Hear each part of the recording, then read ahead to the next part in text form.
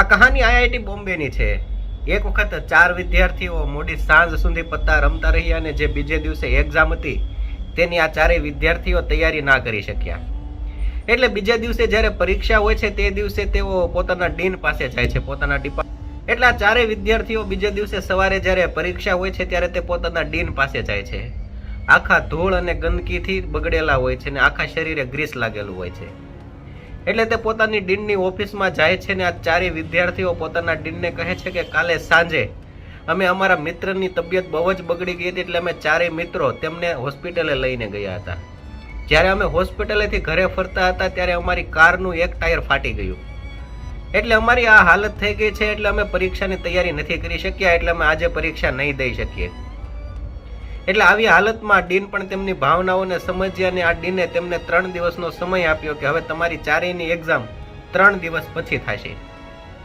એટલે આ ચારેય વિદ્યાર્થીઓ બહુ જ ખુશ થઈ ગયા અને 3 દિવસ તનતોડ મહેનત કરી અને જ્યારે 3 દિવસનો સમય સમાપ્ત થયો ત્યારે તે પાછા પોતાના ડીનની ઓફિસમાં આવ્યા। એટલે ડીને તેમને કહ્યું કે ખાસ એક્ઝામ હોવાથી તમને માત્ર આ એક્ઝામમાં 2 જ પ્રશ્ન પૂછવામાં આવશે અને આ બંને પ્રશ્નોના માર્ક્સ 50-50 હશે। આ બંને પ્રશ્નોના માર્ક્સ 50-50 થઈને 100 માર્ક્સનું પેપર હશે। એટલે આ પ્રશ્નો આ રીતના હશે કે ચારેય તમને ક્લાસ અલગ અલગ આપવામાં આવશે, ચારેય વિદ્યાર્થીઓને અલગ અલગ ક્લાસરૂમમાં બેસાડવામાં આવશે અને પહેલો પ્રશ્ન એવો હશે કે ટાયર કયું ફાટ્યું હતું, જે કારનું ટાયર ફાટ્યું હતું તે કયું ફાટ્યું હતું, આગળનું જમણું, આગળનું ડાબું, પાછળનું જમણું કે પાછળનું ડાબું। અને બીજો પ્રશ્ન એવો હશે કે ડ્રાઈવર સીટ ઉપર કોણ બેઠું હતું, ડ્રાઈવર સીટની બાજુમાં કોણ બેઠું હતું અને પાછળની સીટ ઉપર જમણી બાજુ કોણ બેઠું હતું અને પાછળની સીટ ઉપર ડાબી બાજુ કોણ બેઠું હતું। આ બંને પ્રશ્નોના તમારે ચારેય મિત્રોએ સાચા જવાબ આપવાના છે। જો ચારેય મિત્રોના જવાબ એક સરખા મેચ થશે તો તમે એક્ઝામમાં પાસ થશો, નહીતર તમે એક્ઝામમાં ફેલ થશો। દોસ્તો, આ કહાની આઈઆઈટી બોમ્બેની 1992ની બેચની છે, આ સત્ય ઘટના છે। એટલે ક્યારેય દોસ્તો આપણા ગુરુને આપણે કમ ના આંકવા જોઈએ। આપણા ગુરુ આપણી કેવી રીતે પરીક્ષા લે છે તે આપણે સમજવું જોઈએ। આપણા ગુરુ આપણને શીખવવા માટે ગમે તે કરી શકે છે।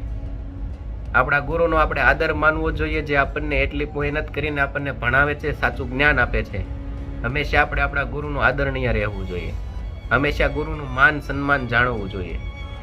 એટલે દોસ્તો, જો તમને આ કહાની સારી લાગી હોય, આ કહાનીમાંથી કંઈક શીખવા મળ્યું હોય તો અમારી ચેનલને સબસ્ક્રાઇબ કરજો, આ વિડીયોને લાઇક કરજો અને આ વિડીયોને તમારા સંતાનો સુધી પહોંચાડજો કે જેથી તે ગુરુનો મહિમા સમજે, ગુરુની રિસ્પેક્ટ કરે, ગુરુનો આદર કરે। કારણ કે ગુરુ આપણને જીવનમાં ઘણું બધું શીખવે છે, આપણને એક સારી એવી કક્ષાએ પહોંચવા માટે તે હેલ્પફુલ થાય છે। થેન્ક યુ દોસ્તો।